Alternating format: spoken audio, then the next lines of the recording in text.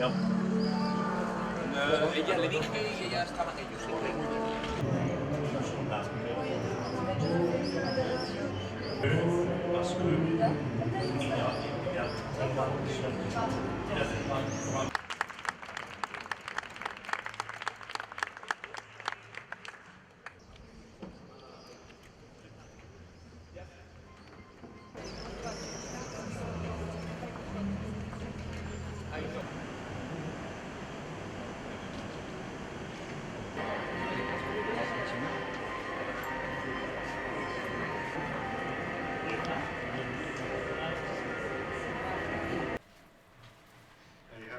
With Placido and me and my 4-year-old daughter.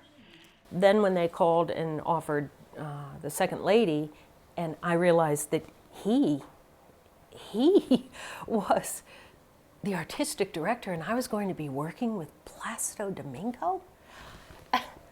It was surreal. It was probably one of the happiest moments in my life. Party, an opening night party, and you know, the costumes taken off. And then imagine my surprise when I get to the second lady, and then harassment starts. That kind of burst that bubble very quickly. Add to that stress.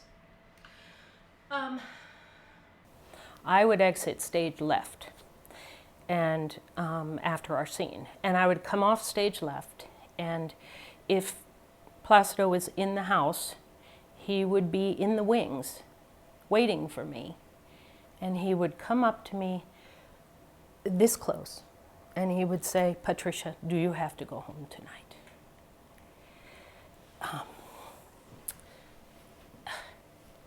And it was arresting. It was very difficult. I am the second lady.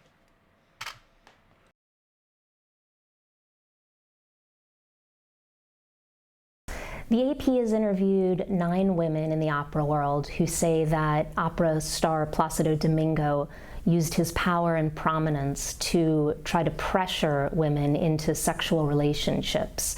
They're among dozens of people in the opera world who were interviewed who say that this behavior was an open secret for decades.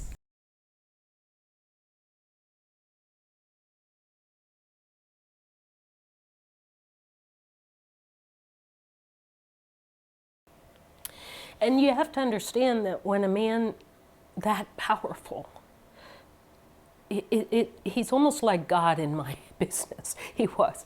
When he would come up that close and say that, the first thing that goes through your mind is what?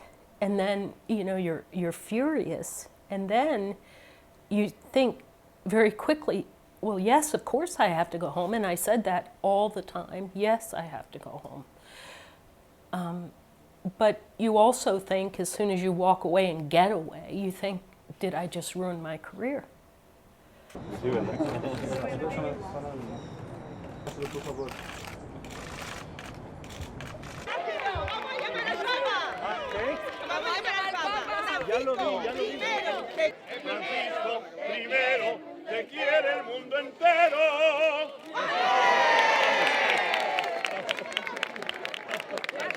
Cuenta regresiva al pisar tierra yucateca, el tenor internacional Placido Domingo.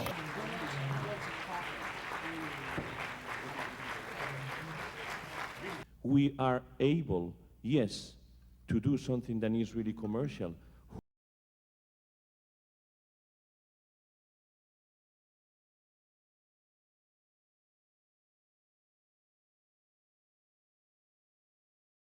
The women's stories lay out strikingly similar patterns of behavior in which they say Placido Domingo would call them persistently, often late at night. He would express interest in their careers and helping their careers. And he would ask them to come meet him privately, to come sing for him, to sing an aria for him, often at his apartment or his hotel room.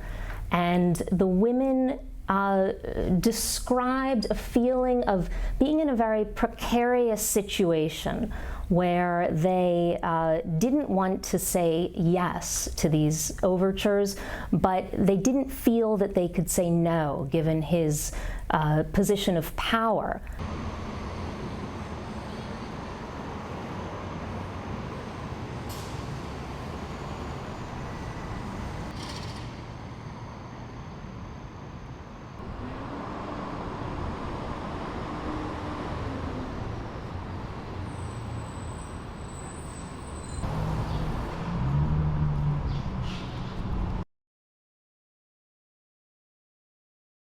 One of the women said she did go to sing for him. She, after trying to, in her words, dodge his advances for weeks, she agreed to meet him at his apartment and sing an aria for him. And she met him there one evening. He sat down at his piano. He played the piano while she sang an aria. And when she finished, he stood up and put his hand down her skirt. 3 other women described situations where they said he unexpectedly kissed them on the lips. I have this inner passion for doing what I have to do. You know, so for me, music is my life. Really, I'm very thankful that I'm still singing, you know. I thought that I maybe 1998, and it's inside. Dear Patricia, thank you so much for joining us, Placido Domingo. I don't know how it could have been shoved under the rug as long as it has been. It's gone on long enough. It needs to stop. I got Jim Hanks, I got Kiefer, and I'm getting Donald. Everybody, our 1:30 tour is boarding right now. So one stop over to Universal City Walk. That's the same property.